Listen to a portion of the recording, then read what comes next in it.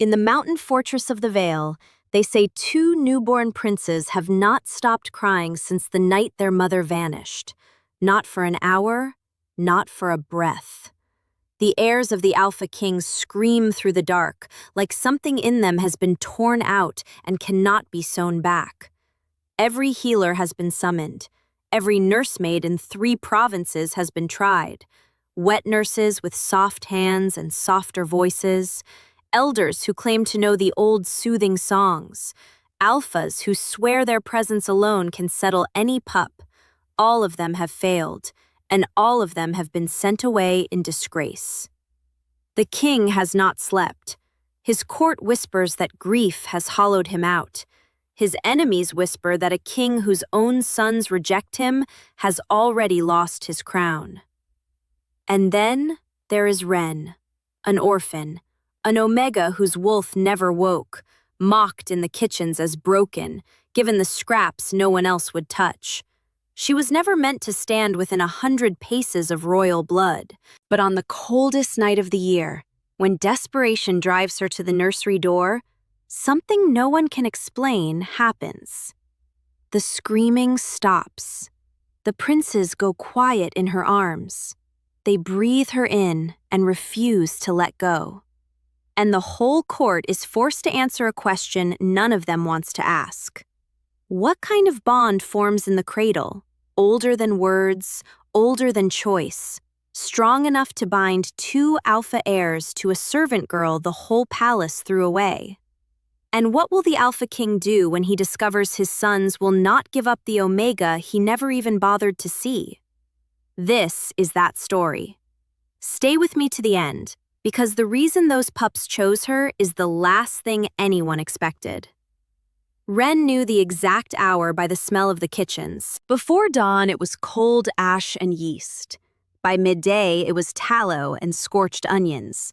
And in the black hours after midnight, the hours she had lived in for as long as she could remember, it was cold grease and river water, and the particular loneliness of a room where the fires had died. She stood at the great washing trough with her sleeves shoved to the elbow, hands raw in water gone the color of old iron. The scullery of the Vale was a cavern of black stone, and Ren was its smallest, quietest fixture. She scrubbed until the copper pots showed her a warped reflection, a thin girl of 19 with tired eyes and hair the dull brown of a sparrow's wing, the kind of face no one remembered even when they'd just looked at it. "Still here, Mouse?" She didn't turn. She knew the voice.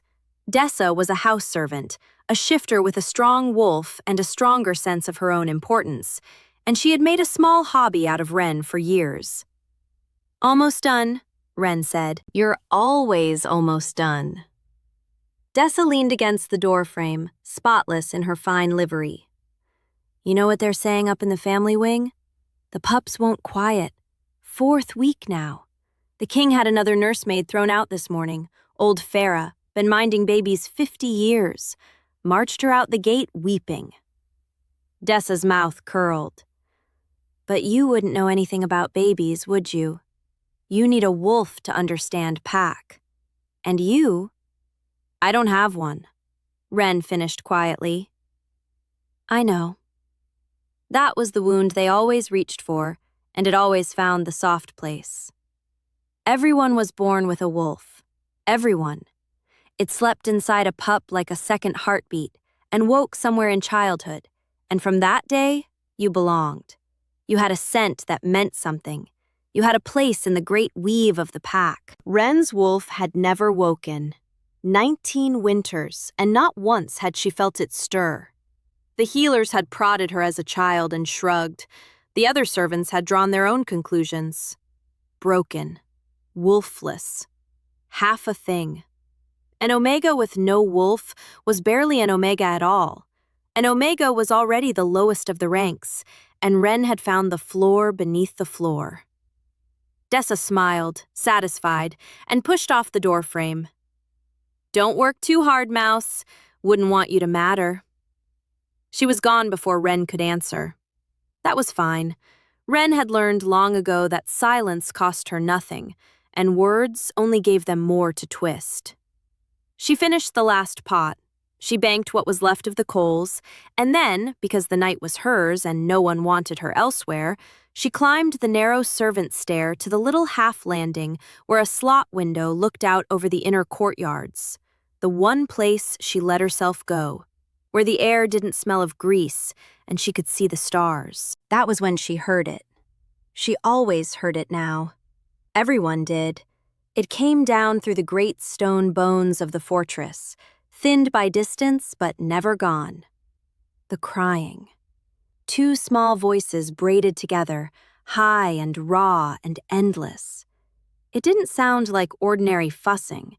It sounded like grief that had learned no other language yet. It crawled into Wren's chest and curled there, and she pressed her hand flat against the cold windowsill and simply listened, aching, the way you ache at a wound you cannot reach. "Poor little things," she whispered to the dark. "Poor little things." She didn't know she was already halfway toward them. She only knew that of everyone in that vast, sleeping palace, she seemed to be the only one whose heart went toward the sound instead of away from it. Below, in the family wing, Queen Lyriel's room stood dark and empty. 4 weeks ago, the queen had walked out of the Vale and never come back.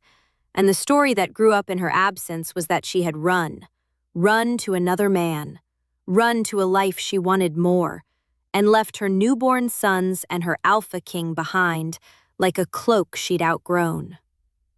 Wren didn't know if it was true. She only knew that somewhere above her, 2 babies were screaming for a warmth that had gone, and no one had been able to give it back. One day, she thought, not even sure what she meant, one day someone will need me, and it won't matter what I am. Then she went down to her mat in the cold, and she slept badly, the way she always did, with the crying threaded through her dreams.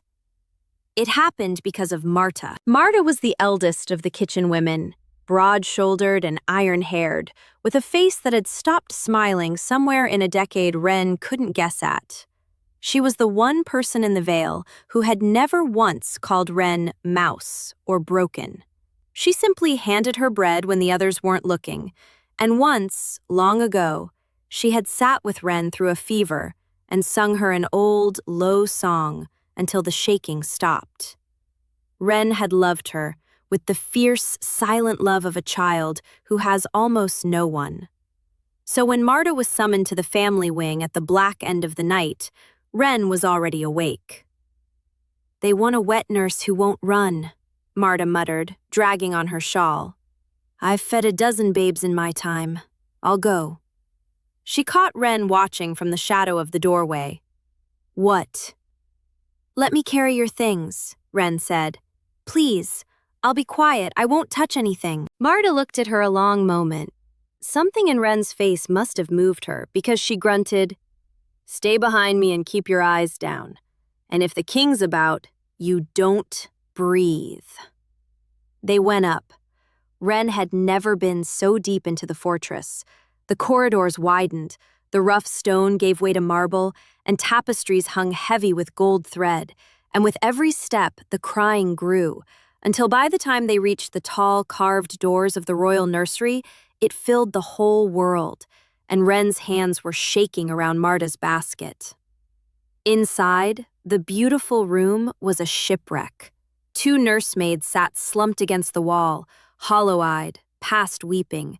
A third stood over the twin cradles with her hands pressed to her ears, and in the cradles, 2 tiny bodies writhed and shrieked, faces scarlet, fists beating the air, inconsolable in a way that went beyond hunger or cold, as if some vital thread had been cut and they were screaming into the space where it used to be. "They've been fed," one nursemaid said dully, not even looking up.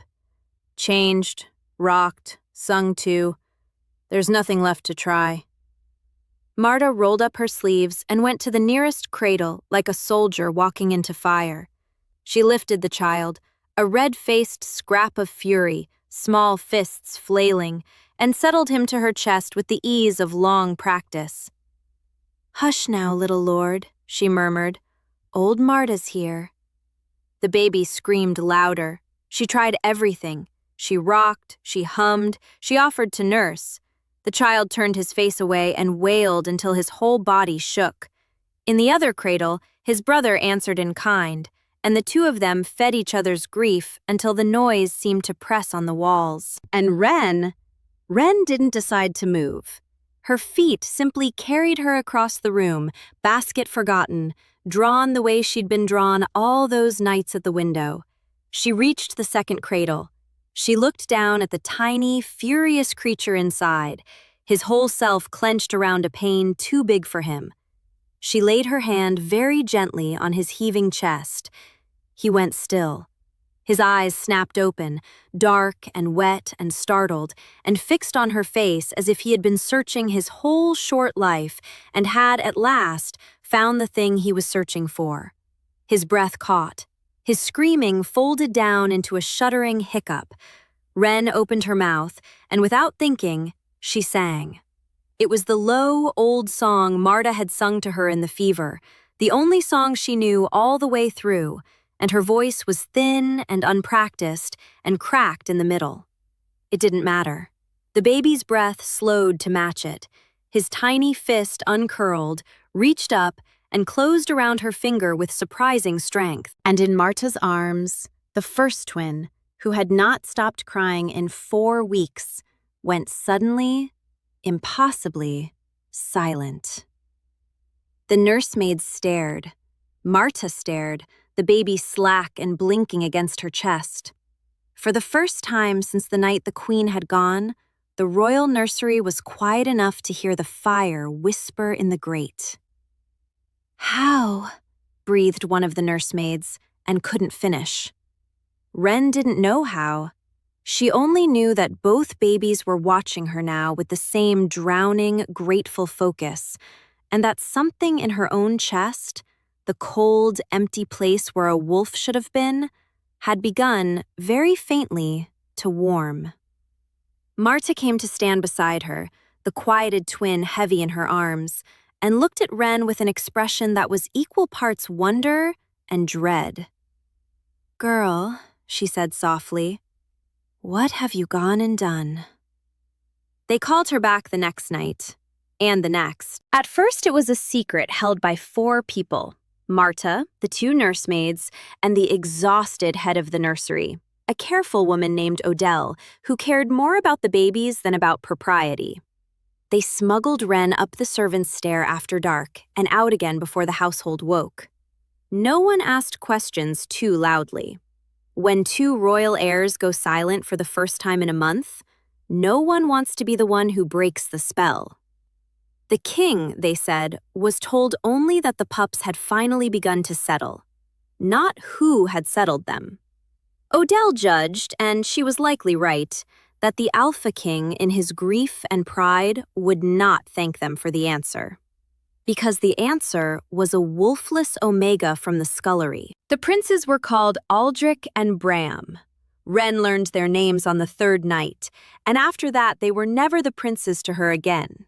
They were Aldrich, who was fierce and grabbed and shrieked with laughter, and Bram, who was quieter, who watched everything with solemn dark eyes and pressed his face into her neck when he was tired. They were, both of them, the most beautiful things she had ever been allowed to hold. And they chose her. That was the part she could never explain and never stopped marveling at. The moment she came through the door, both small heads turned. The moment she lifted them, the tension went out of their bodies. When she left, they cried until she came back.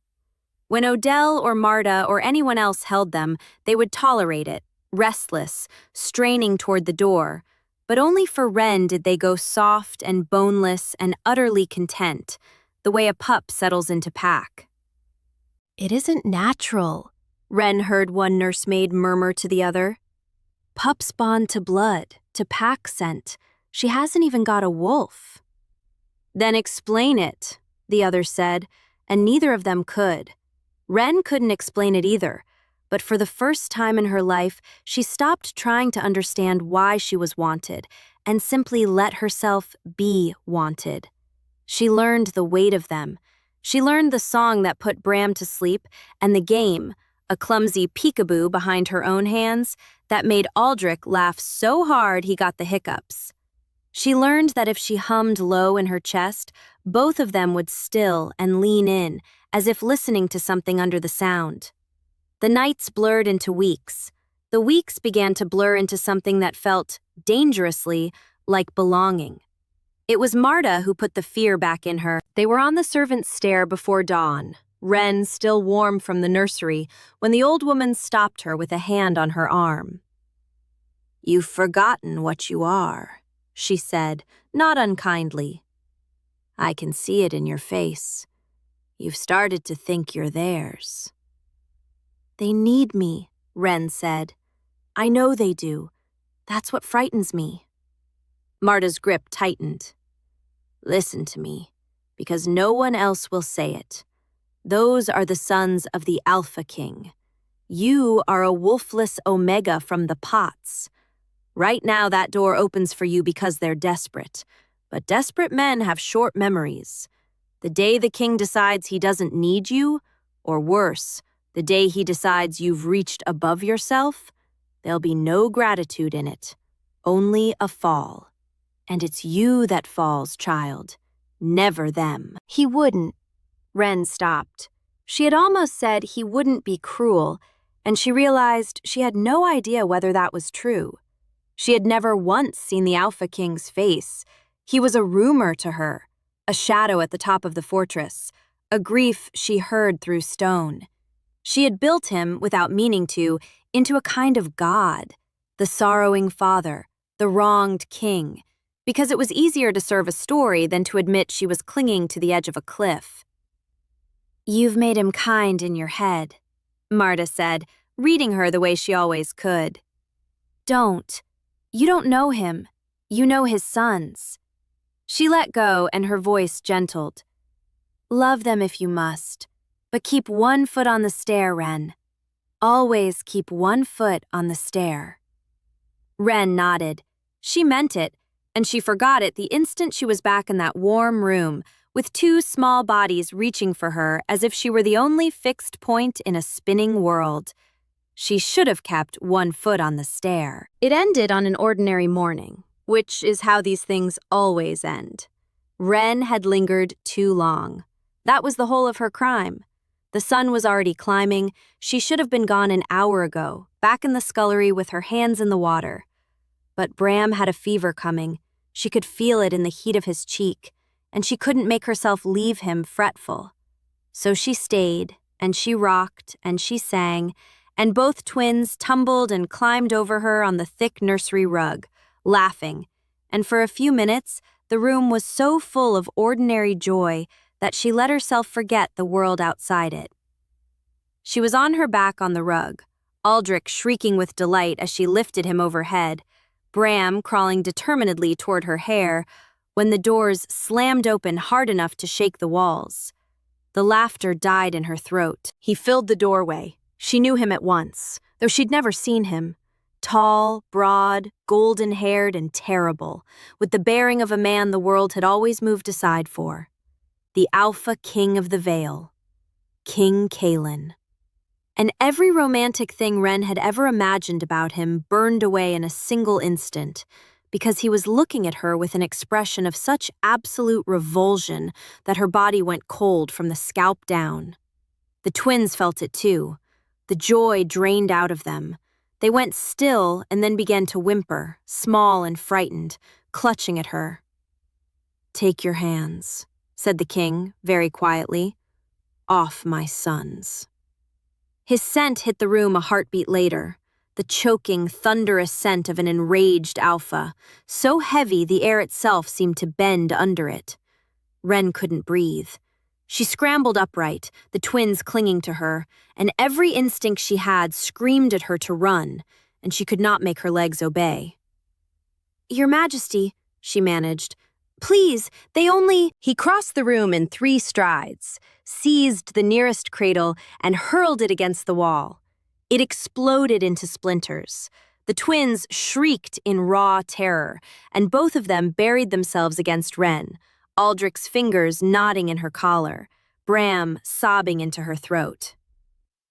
"Explain to me," the king said, low and shaking, "why the heirs of the Vale have their faces buried in the neck of a scullery Omega. Explain to me who let this thing near my blood." The doors opened again. Marta and Odell rushed in and froze at the wreckage, at the king, at Wren on her knees on the rug, with two screaming princes wrapped around her. "Sire," Odell said quickly, ducking her head, "the pups, they wouldn't settle for anyone. She has a gift with them. Only her. We should have told you, A gift." The king's laugh was a terrible thing. He turned back to Wren, and his voice dropped to something worse than shouting, soft and cold and final. "You are wolfless. You are the lowest thing in this house. You are an Omega with nothing. No wolf, no pack, no blood worth the name. And you dared to put your hands on the future of the Vale." "They needed me," Wren whispered. It was all she had. "They chose me." Something flickered across his face when she said chose. She was too frightened to read it, and then it hardened into fury. He reached down and pulled the twins from her arms, hauling them up by force. They fought him. They fought their own father, small bodies twisting, arms stretched back toward Wren, screaming so hard they could barely breathe. "If I ever see you look at my sons again," the king said, holding his shrieking children away from her, "I will have you flogged in the courtyard and thrown from the mountain to die on the rocks. Do you understand me? You are nothing. You were nothing before you crept up here, and you are less than nothing now." Marta had Wren under the arms, dragging her up and back. "Come, child, come now." But Wren couldn't stop looking at the twins, at Bram's face, purple and streaming, at Aldrich's arms reaching, and something in her chest tore clean in half. A sound came out of her that she didn't recognize as her own, an animal sound, raw and helpless. Then the doors closed, and the sound of the twins became muffled, distant, unbearable. Because it did not stop. It went on and on behind the wood, calling for her, and she was not allowed to answer. Marta got her out to the stair before her legs gave way entirely. Wren sank down onto the cold stone, shaking, and Marta knelt and held her hard. "I warned you," the old woman said, and her voice broke on it because she was weeping too. "Oh, child, I warned you they were never yours." "Why was he so angry?" Wren wept into her hands. "I only loved them. I only made them happy. Why is that a crime?" Marta had no answer. There never was one. Somewhere above them, muffled by stone, two babies screamed for the one person who had ever been able to reach them, and the whole cruel weight of the Vale stood between. For 3 days, Wren scrubbed pots and did not go up. She told herself she was obeying. She told herself she was keeping one foot on the stair, at last. But the truth was that a king's threat had lodged in her like a splinter of ice, and every time she thought of the twins, she thought of the cradle bursting against the wall, and she could not make her body move toward that room. She told herself the nursemaids would manage. They had before. Surely, given time, the pups would settle to someone else. They did not settle. The crying came back down through the stone worse than before, not just louder, but wrong, a thin, exhausted keening that made the kitchen women go quiet and pale. And on the 3rd day, Odell herself came down to the scullery, which no one from the family wing ever did, and she was gray in the face. "They won't eat," she said, low, so only Wren and Marta could hear. "Either of them. 2 days now. They won't take the breast, won't take a spoon, won't take water. They cry until they haven't the strength to cry, and then they lie there, and that's worse. The court physician's been up twice. He says—" Her voice failed. "He says pups can fade. When a bond breaks that they can't survive without. He says he's seen it in orphaned litters. He says if they don't take food soon—" She didn't finish. She didn't have to. Wren felt the water go cold around her hands.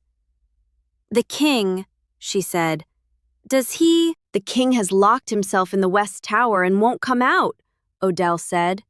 "He blames himself. He blames the queen. He blames the physicians. He has forbidden your name to be spoken." She swallowed. "But the physician said one more thing. He said whatever those pups need, it isn't in this palace. And she looked at Wren with naked desperation. "I don't care anymore what the king forbids. I care whether those babies are alive next week. Will you come?" Flog in the courtyard, thrown from the mountain. The threat rang in Wren's ears. She thought of the rocks below the fortress walls. She thought of the king's face. And then she thought of Bram, too tired to cry, lying still. "Yes," she said. She went up that night with her heart slamming against her ribs, past guards Odell had chosen for their loyalty, into the dim nursery lit by a single lamp. And the moment she came through the door, she understood how bad it was. Because the twins didn't reach for her. They were curled together in the hastily built new crib, small and slack. And when they saw her, their exhausted faces crumpled, and they made a sound that was barely a sound at all, a broken, wondering little cry, as if they'd stopped believing she was real, as if they'd given up. Wren crossed the room and gathered them both into her arms, and they came apart against her, shaking, pressing their faces into her throat, breathing her in with desperate, greedy gulps, like drowning things reaching air. She sank to the floor with them and held them and rocked and hummed the low song, and slowly, the shaking eased. Slowly, the terrible keening softened into ordinary crying, and then into hiccups, and then into silence. "There," she breathed, tears sliding down her own face. "There, my loves. I'm here. I've got you." Odell was already pressing a warmed bottle into her hands, and Bram, who had not eaten in 2 days, turned his face into it and began, weakly at first, and then in earnest, to feed. Wren watched him swallow and felt something in her chest crack wide open. He would live. He would live because she had come.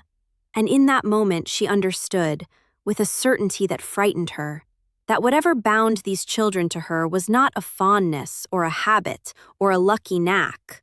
It was something in the marrow. It was pack, real pack, the kind she had been told all her life she could never have.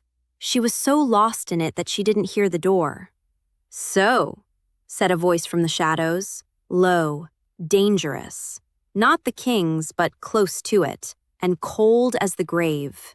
Wren looked up, the feeding baby cradled to her chest, and saw a tall man step into the lamplight, silver at the temples, richly dressed, with a wolf's pale eyes, and a smile that did not touch them. She had never met him, but she knew the chain of office at his throat. Lord Varen, the king's war counselor, the most powerful man in the Vale after the king himself. "The wolfless Omega," he said softly, looking down at her and the twins with an expression she could not read, cold and calculating, and somehow pleased. "The one who does what a king cannot. How very convenient." And Wren felt the danger in the room change shape entirely. "I won't tell the king," Lord Varen said. He said it kindly, which was how Wren knew to be afraid. He had sent Odell out with a look and a word, and now he crouched down to Wren's level, elegant and unhurried, studying the twins in her arms the way a man studies a coin he means to spend. "You've saved their lives, girl, Anyone can see it. The little lords would be in the ground by week's end without you." He tilted his head. "Do you know what that makes you?" Wren said nothing. Bram had fallen asleep against her, finally full, finally warm. "It makes you useful," Varen said. "And a useful thing is a valuable thing, if it belongs to the right owner." He smiled. "The king is not well, Wren. Grief has unmade him. He locks himself away, he rages, he cannot even keep his own heirs alive. The court sees it, the other packs see it. A king who cannot hold his own sons cannot hold a border." He let that sit. There are those who think the Vale needs a steadier hand, a regent perhaps, until the little lords are grown. Someone the pups already trust. He reached out and with one finger gently touched the sleeping Bram's cheek. Wren fought the urge to pull the baby away. "Come and serve me," Varen said. "Keep the heirs alive, under my protection, in my care. I'll take you out from under the king's threat. I'll house you well, feed you well, and no one will ever call you broken again. All you must do is keep the pups content and healthy in the rooms I choose for them. And should the king's madness reach its natural end," his pale eyes glittered, "the loyal servant who kept his sons alive will be very well rewarded indeed." Wren understood him then, fully, and the understanding turned her stomach. He did not want the twins saved. He wanted them hostage. He wanted the two things the whole Vale would rally around, the living heirs, held in his own hands, dependent on a girl he owned, so that when he moved to push the grieving king off his own mountain, the pups would already be his to display. "See," he would say to the court, "the heirs thrive with me. The king let them starve. Judge for yourselves who should rule." And Wren, the wolfless omega no one would ever question, the girl with no pack and no protector and no voice, was the perfect instrument. Invisible, grateful, disposable. "You'd hurt him," Wren said quietly. "The king." "I'd save the Vale," Varen corrected, rising smoothly to his feet. "Whether one broken man survives the saving is not your concern." He smoothed his coat. "Think carefully, girl. You have exactly one friend in this fortress, with the power to keep those pups alive, and the will to keep you alive. It is me. The king would throw you off the rocks tomorrow. I am offering you a home." He paused at the door. "I'll have my answer at dawn. Say yes, and you live. Say no." The cold smile again. "And I will simply tell the king you were found in his son's nursery in defiance of his direct command. He'll do the rest himself. Either way, Wren, the pups come to me." He left. The door clicked shut. Wren sat frozen on the nursery floor, a sleeping prince in each arm, and felt the trap close around her from both sides. Obey the king, and the twins fade and die. Defy him, and she dies.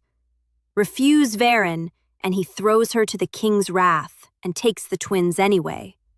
Accept Varen, and she becomes the tool that murders a king and delivers 2 children into the hands of the man who would use them like coin. There was no safe road. Every path she could see ended in a wall. She looked down at Aldrich and Bram, at their small, trusting faces, and something hardened in her chest, something she had never let herself feel in 19 years of keeping her eyes down and her voice quiet. Not fear, fury. They chose me, she thought. Out of everyone in this whole cruel place, they chose me. And I will not let that man use them, and I will not let them fade, and I will not stand at the bottom of a well and wait for someone to decide which way I die. She didn't know yet how she would fight. She only knew, for the first time in her life, that she was going to. She gathered the twins closer, rose to her feet, and went, quietly, carefully, to find the one person in the Vale who had never once lied to her. She went to find Marta. "Varen," Marta breathed, and the color went out of her face. "Oh, child, of course it's Varen." They stood in the dark of the kitchen while the fortress slept, the twins bundled in a laundry basket between them, and Ren told her everything. The fading pups, the counselor's offer, the trap with no door out of it. And Marta, who had spent 40 years in the belly of this palace, watching the powerful come and go, listened with her jaw set harder and harder, until at last she said something Ren had never expected. "The queen didn't run." Ren stared at her. "That's the part they got wrong. The part he got wrong, the king, and everyone who believed him." Marta lowered her voice to a thread. "I served in the family wing before my knees went. I knew Lyriel. She loved those babes to distraction. She would sooner have cut off her own hand than leave them." She shook her head slowly. "The night she vanished, I saw Varen's men in the family wing. I saw a wagon leave by the low gate before dawn. And the next morning, the king is told his mate ran off with a lover, and the only man whispering that story in his ear is Varen." She met Ren's eyes. "He didn't just want the throne, child. He cleared the board. He got the queen out of the way, dead or caged, I don't know which, and he told the king a lie ugly enough to break him. A broken king is a weak king, and a weak king is a throne half taken." Ren's mind reeled. Then the twins, they weren't crying because their mother left them. They were crying because their mother was torn away, Marta said. Ripped out of the pack bond in the night. No goodbye, no fading, just gone. Pups feel that like a limb cut off. That's the wound in them. That's the hole nothing could fill. Her eyes glistened. Nothing. Until you. "But why me?" Ren's voice cracked. "I don't have a wolf. I don't have a bond. I have nothing. That's what everyone always—" "You have something," Marta said fiercely, gripping her by both shoulders. "I've known it since you were small and never had the wit to name it. Wolfless girls don't hush royal pups. Wolfless girls don't feel a whole palace's grief through the stone and walk toward it.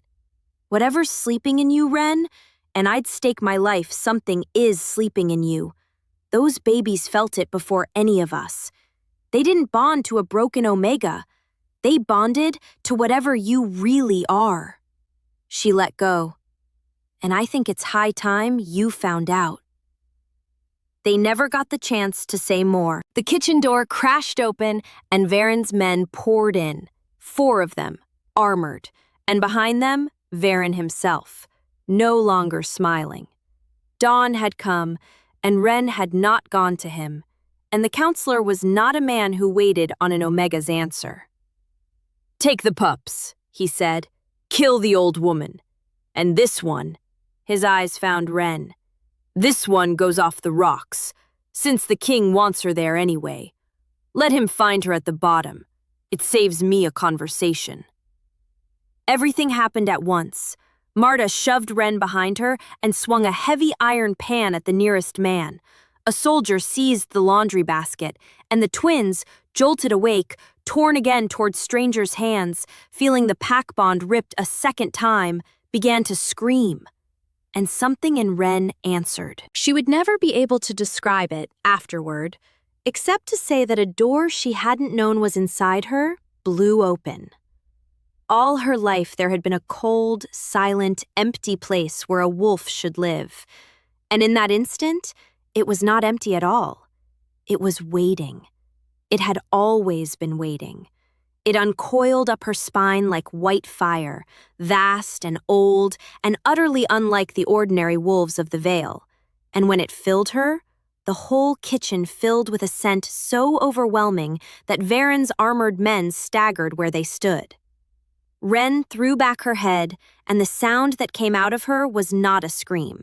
It was a howl, high and pure and commanding, a note that rang off the stone and drove straight down into the marrow of every wolf who heard it. The soldiers dropped to their knees, not by choice, their bodies folded under it, heads bowing, wolves inside them baring their throats to something they recognized as higher than any alpha they had ever knelt to. The man holding the basket set it down with shaking hands, and could not seem to make himself pick it up again. And Lord Varen, war counselor of the Vale, who had never in his life knelt to anyone, went white to the lips and took one staggering step back, because his own wolf had just told him, in a voice older than ambition, exactly what had walked into that kitchen. "That's not possible," he whispered. "Wolfless. You're wolfless. Everyone—" "No," said a new voice from the doorway, thunderous and stunned. "Not wolfless." The king had come. King Kaelin stood in the doorway of his own kitchens, and for the first time, Wren saw not the terrible golden god of the nursery, but a man who looked like he had not slept in weeks, hollow, unshaven, half wild with grief. The crying that had haunted the fortress had drawn him from his tower at last, down and down through the sleeping palace, until it led him here, to this. To the Omega he had cursed and threatened, standing over 4 kneeling soldiers, blazing with a scent and a power he had never in his life encountered. And to his war counselor, backed against the wall, caught in the act. Kaelin's gaze went from Wren to the basket where his sons had gone abruptly, blessedly quiet.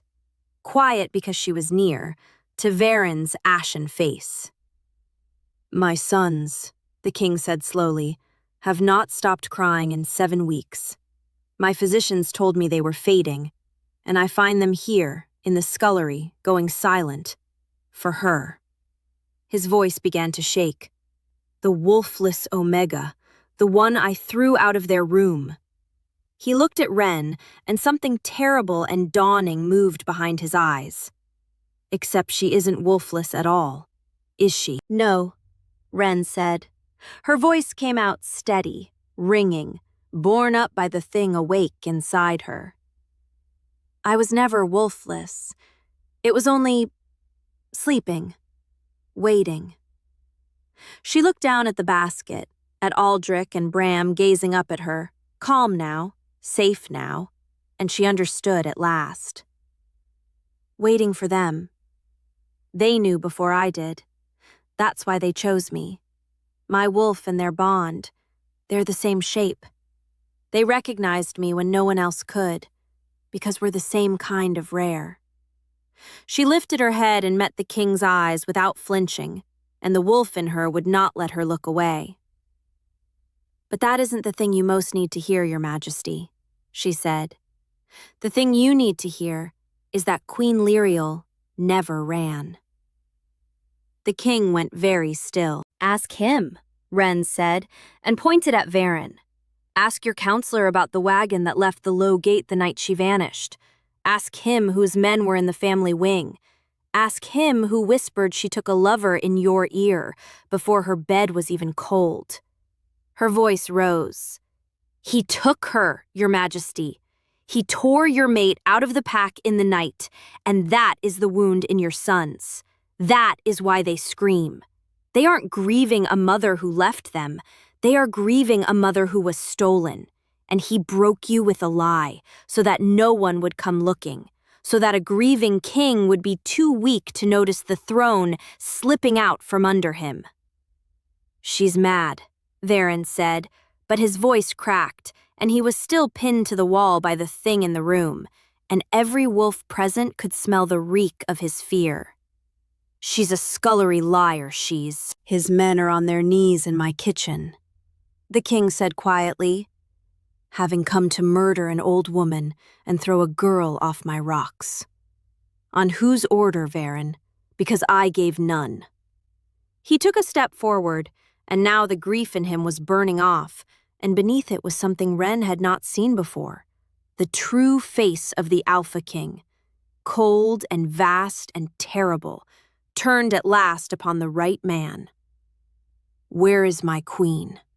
Varen broke, not all at once, men like him never do, but under the weight of that gaze and the howl still ringing in his bones, and the 4 soldiers who would not rise to defend him because their wolves had already chosen a side, he broke, and the truth came spilling out of him. The queen, alive, held these 7 weeks in a hunting lodge 2 valleys north, drugged and guarded, kept as insurance against the day Varen made his move. The lie, planted. The pups, meant to fade so a grieving king would look unfit, or meant to be seized, whichever came first. All of it, laid bare in a rush of pleading and blame, until the king raised one hand and Varen's voice died in his throat. "Take him," Kaelin said to the soldiers on the floor, and they rose, at his word now, and seized their master, because a wolf always kneels to the highest thing in the room, and in the deepest reckoning, that was still their king. Then Kaelin turned to Ren, and the man who had promised to throw her from the mountain sank slowly, deliberately, to one knee on his own kitchen floor before a wolfless Omega who had turned out to be anything but.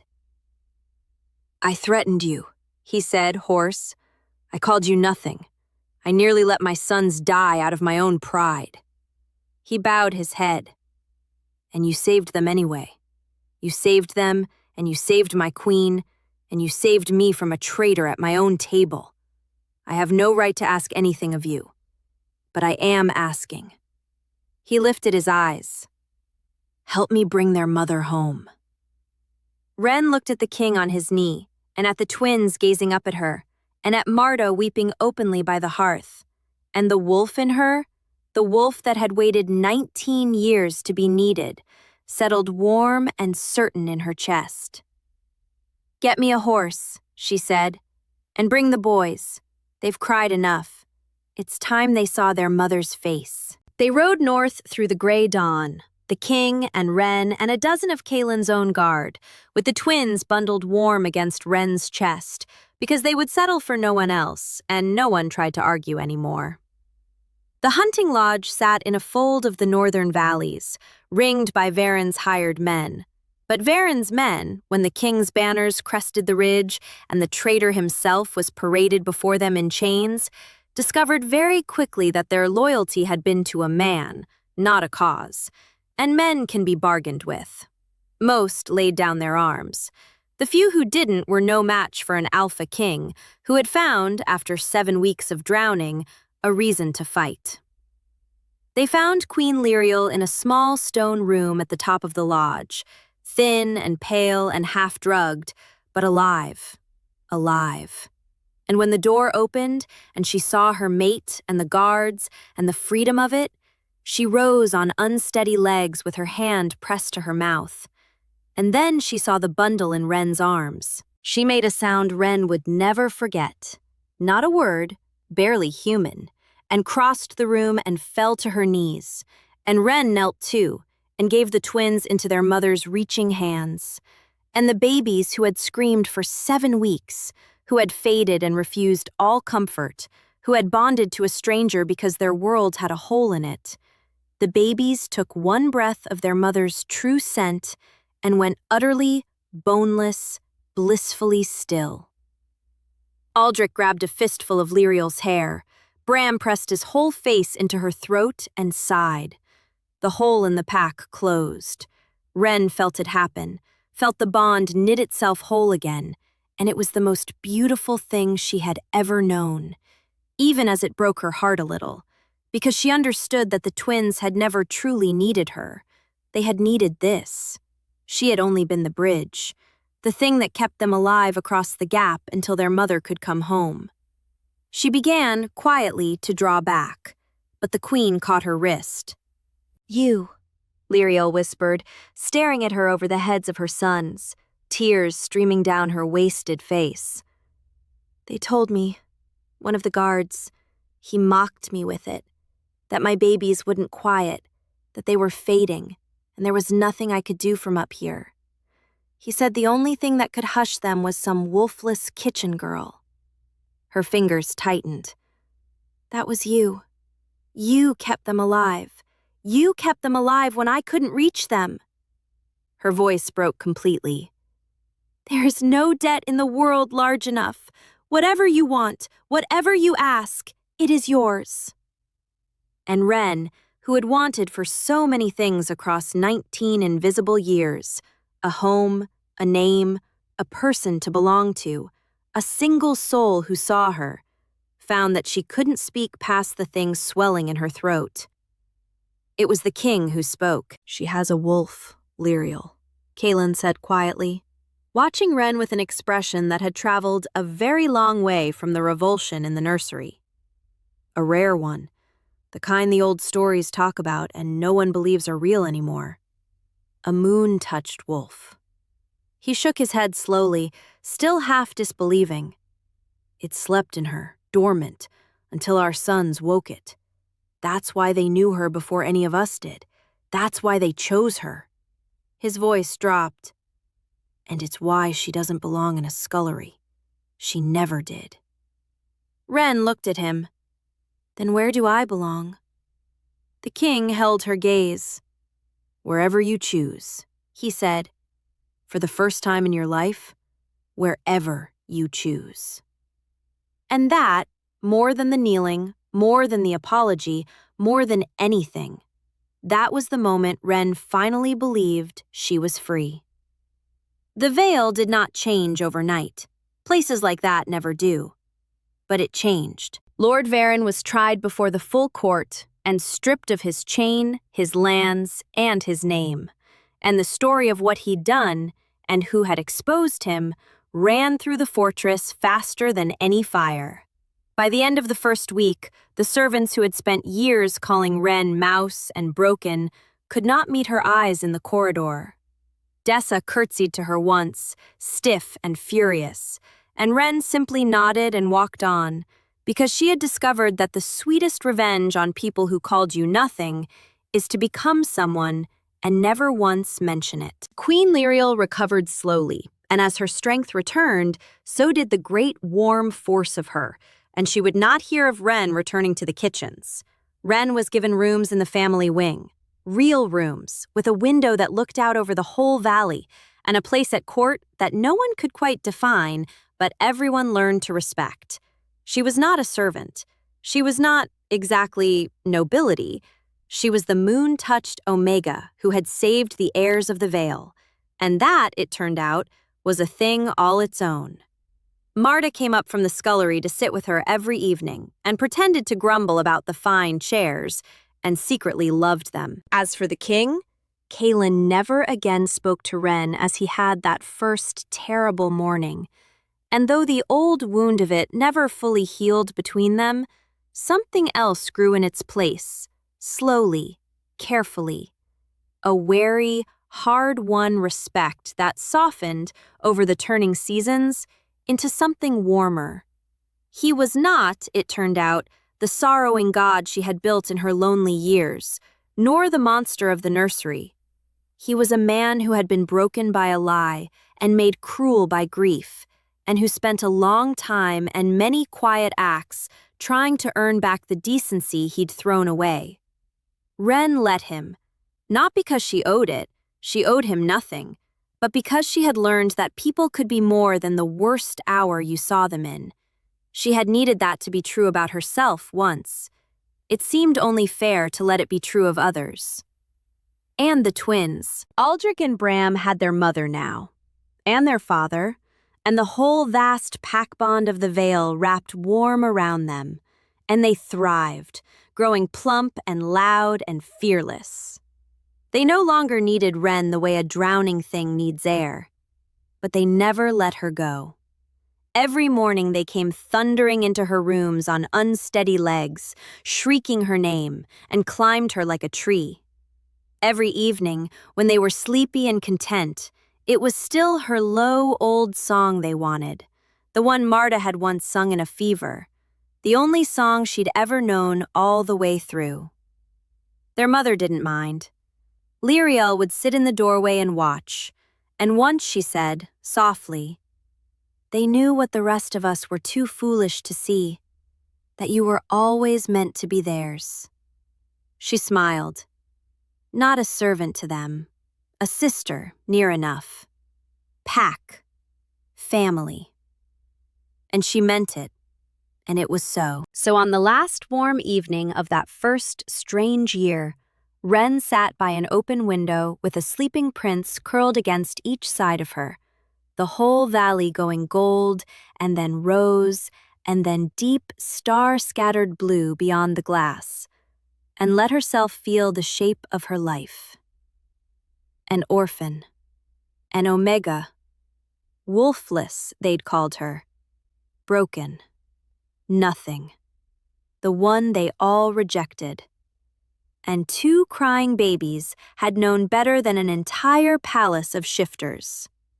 2 babies had reached past a king's pride and a court's contempt and every name she'd ever been given, and chosen her, chosen the thing sleeping inside her that no one else could see. And by choosing her, they had woken it, and by waking it, they had given her back a self she'd been told all her life she didn't have.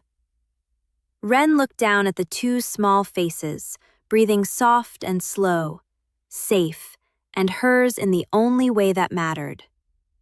"You silly, wonderful boys," she whispered. "You saved me too." Outside, the mountain went dark, and the stars wheeled slow and bright above the vale. And for the first time in 19 winters, Wren was exactly where she was meant to be. Thank you so much for listening all the way to the end. It means the world to me. If this story moved you, let me know in the comments who your favorite character was and whether you saw the twist coming. And if you'd like more stories like this one, bonus chapters, early releases, and exclusive tales, the link is in the description. Until next time, take care of yourselves. Much love.